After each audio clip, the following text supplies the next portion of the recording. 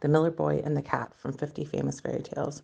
There was once a miller who had neither a wife nor children, but he did have 3 apprentice boys who worked for him. The miller was growing old and wished to leave the mill to one of his apprentices.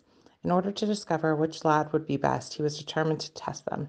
Go out into the world, he said to them one day, and bring back a horse. The boy who brings the finest horse shall have the mill. The 3 boys started out together. They walked all day, and that night lay down in a cave to sleep.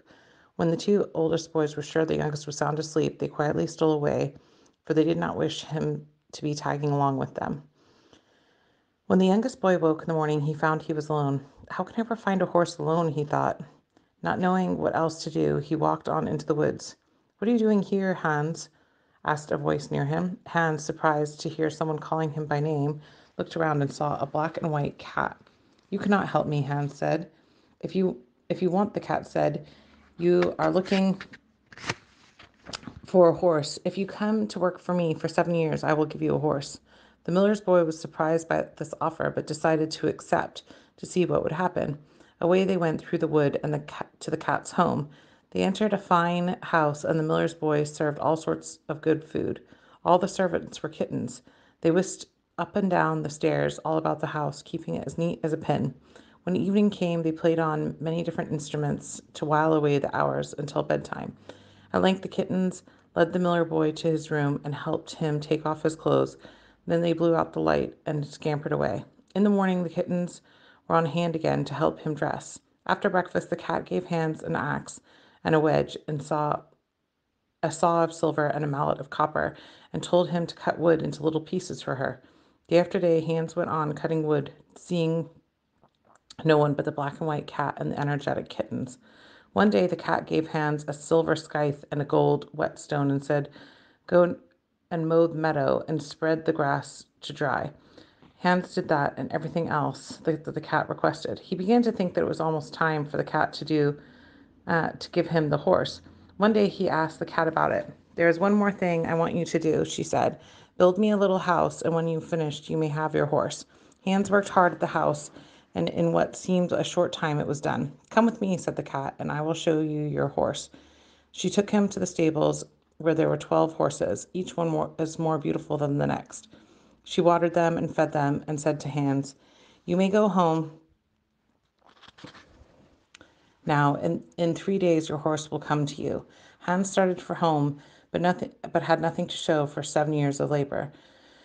Not even a new suit of clothes. When he reached the mill, he found that the 2 older apprentices were there ahead of him. One had brought a lame horse, and the other a poor beast, blind in both eyes. When they saw Hans coming in empty-handed, they laughed and called out, Where's your horse? It'll be here tomorrow, Hans replied, but he didn't speak very firmly, and he was beginning to wonder about it. Ha ha, tittered the older lads. A horse that drives itself home. That is a fine one, surely. Hans made no answer and went to the mill. The miller would not let so shabby a boy into his clean mill, and the poor Hans slept that night in the shed where the geese were kept. Early the next morning, a fine coach drew up to the door in the mill, and a lovely princess opened the door and stepped out. She went straight to the mill and asked for Hans. He was so ragged and dirty, the miller said, that we could not have him in the mill. He slept in the shed with the geese last night. Give him these boxes, the princess commanded, and then bring him to me. The miller obeyed and soon discovered the boxes contained a velvet coat, a plumed hat, and princely garments. While Hans was dressing himself, the princess asked to see the horses the other miller boys had brought. They showed her the 2 sorry nags, one lame and the other blind. Then the servant led in a splendid horse and told the miller that Hans had earned it. The miller had to admit that this was the finest horse that had been in his yard for many a day. Just then Hans appeared in his new clothes, and no prince could have looked finer. Hans, look at me, said the princess. I am the cat that you served faithfully for 7 years. But Hans could only stare in love and wonder at her beauty. Hans, the miller said, the mill is yours, for you have brought the finest horse.